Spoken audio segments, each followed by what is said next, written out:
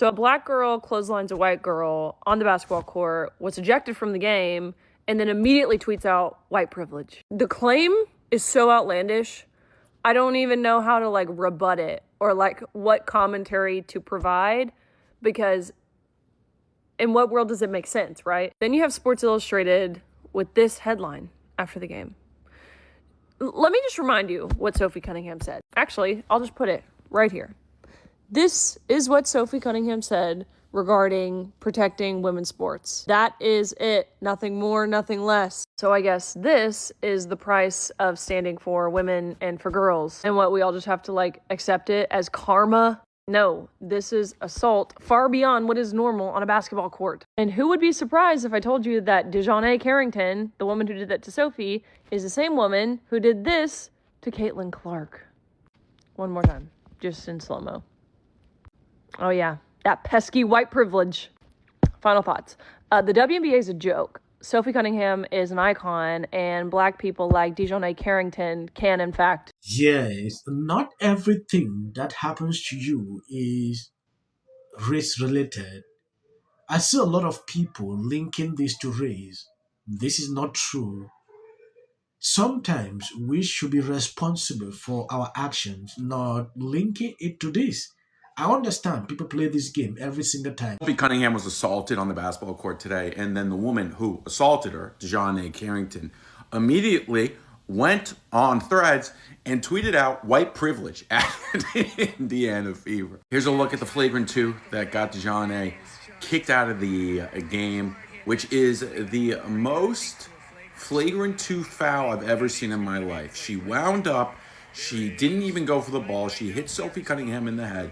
It is the most obvious flagrant 2 in the history of flagrant 2s. All right? And yeah, I forgot to crop out the Grubhub notification. Don't be mean in the comments.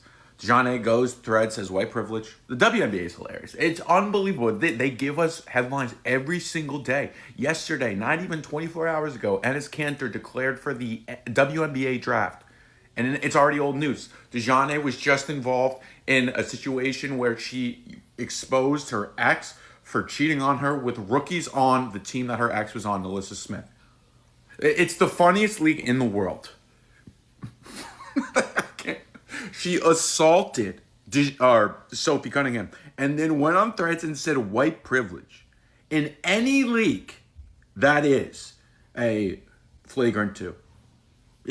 Any league. And it's wild. I feel like women, we are the reason that we're in this predicament. For some reason, we just love to enable these misogynistic men to fill our spaces. I'm not gonna lie, I feel like men at this stage are fighting harder for women than women are actually fighting for ourselves. Reviewing the current eligibility guidelines, I am officially declaring myself a WNBA prospect. Yes, I don't know a lot about sport, but I have common sense. Looking at these, just in, WNBA commissioner announces the league is meeting to review what a woman is after multiple former NBA stars are now planned to join the league. So this is a topic of discussions. We are supposed to sit, have a meeting to really look into the definition of a woman. This is concerning. This lady have been standing up against people who says trans should be allowed in women's sport. And immediately she was attacked. Well, if you take a look at this, WNBA player blames white privilege after being ejected for a hard fall on Sophie. She was given a flagrant 2 fall and was immediately ejected. She then apparently rushed to the locker room so she could blame white privilege. Foul. I don't think that DeJounte intentionally came out to get her across the neck like she did. But it did happen, and I thought it was the right call.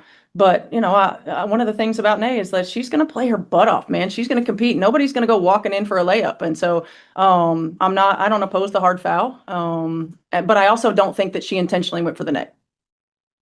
KK, you were at Sophie right after. What was your view of the play, and of course, why did you choose to do that? I mean, just to protect her. That's it. I mean, you know, I got my teammate back always, so just to get out of the way.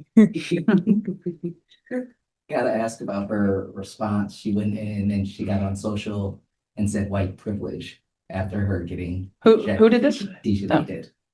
Any response to that? No, I don't know anything about that. Dejanay Carrington is such an unserious person, because what do you mean you commit a flagrant 2 and then you go to Threads and play the victim? Now trying to prevent the layup, but that is just injury. Like, that was such a clear flagrant 2. Like, clearly she almost took Sophie's head off, and I don't even like Sophie, and she got me on this internet defending Sophie. Like, but that was a clear flagrant 2. Like, there is no question about it. So the fact that she went to Threads, and anybody called this, like, everybody knew she was about to go to Threads as soon as she got ejected from the game. And then the fact that she tagged the Indiana Fever, what does the Fever got to do with it? The refs are who threw you out the game. It has nothing to do with the Fever. And to say white privilege, like, I'm just so confused. You are the one who fouled her. Like, what is not clicking? And it was 100% done on purpose. You know, what baffles me about this whole thing is the fact that she linked this with race. It had nothing to do with race. Going to the locker room, I expected her to reflect, was it a real fault or not? That's what everybody expected, not coming out to play the race card.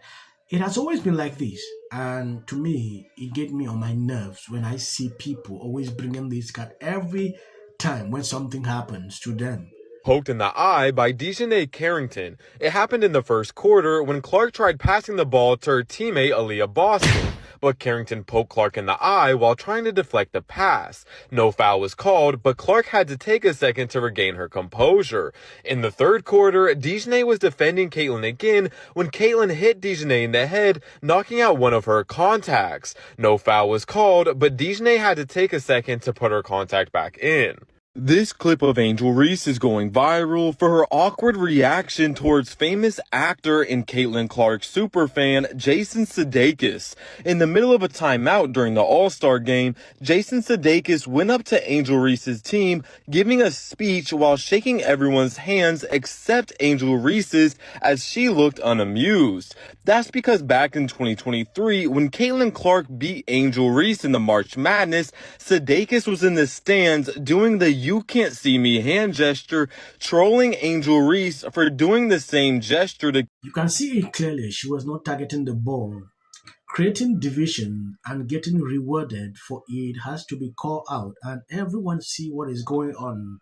People stop being divided before we are taken over, because the enemy is counting on these. But don't fall into the trap. This is someone who sent this video to me, and I read through all what he said, and nothing but the truth. At some point, people disagree, but it should not go to this extent. I understand where the anger is coming from. This lady has been going viral on social media for days now because of her stand when it concerns this issue of allowing trans into this sport, and it has drawn a lot of attention. Yeah. If you see things start going this way, people say like, oh, you are doing this because she said this, she said that, you should obviously understand why people need to be thinking this way. But Dejanay, you smacked the shit out that lady. White privilege has nothing to do with it. Dejanay Carrington was ejected from the Chicago Sky versus the Indiana Fever game after a very hard foul on Sophie Cunningham. After she was ejected, she then took to Threads and posted "white privilege at Indiana Fever." As you can see from this little tweet, that is Dejanay Carrington behind Sophie Cunningham trying to block her shot. I'm going to show you what it looked like when the foul actually occurred. Now, just to warn you, this picture's kind of hard to decrypt and really look at, not because of how physical it was, it's because you cannot find Sophie Cunningham's face. It is currently behind Dejanay Carrington's elbow. She kind of has her in like a clothesline headlock in midair. It was pretty aggressive. If you look at this with clear eyes, you can see that even black people are not buying it. They're not buying it. They're saying it the way it's supposed to. You know, sometimes we play a lot. We do things like this thinking the community will just bound and start supporting like they have been doing before. But this case is different, because if you look at the majority of the people who are criticizing this, you will see that black people don't buy it. On my walk back from there to my car, I was like, you know what? The majority of humans are absolutely amazing. The majority of us are so good. And I don't know why we let that like 5 to 10% of people who are kind of mean and negative alter our brains that like people are bad and our world is crazy, and like, yes, keep your head on a swivel because there are some crazies, but the majority of us are just great humans. So just remember that. Take care of one another and be nice. Cheers, happy Thursday. That's my squirrel brain thought of the day. Sophie Cunningham, she said, I got a lot of feedback, negative feedback. And it's much needed in this country. We see trans people's rights being, stripped away from them. There's a lot of discord. Try to hip up the videos. As of the short clips you see at the end, that's for a white Greta. You can always skip. You're out there with us, group of Helen of Troy. It just disgusts me. But you come for the rest. Never do this again. California, you can see exactly what's happening. It was on here in the Golden State. In 39 days, we will know fun of people. And so this is my life. You're talking about qualification. Odysseus. Telemachus. This clip of Elliot Page is going to be what takes the Odyssey movie. It's supposed to be a warrior, right? A warrior. Really fortunate about above theirs. And we aspire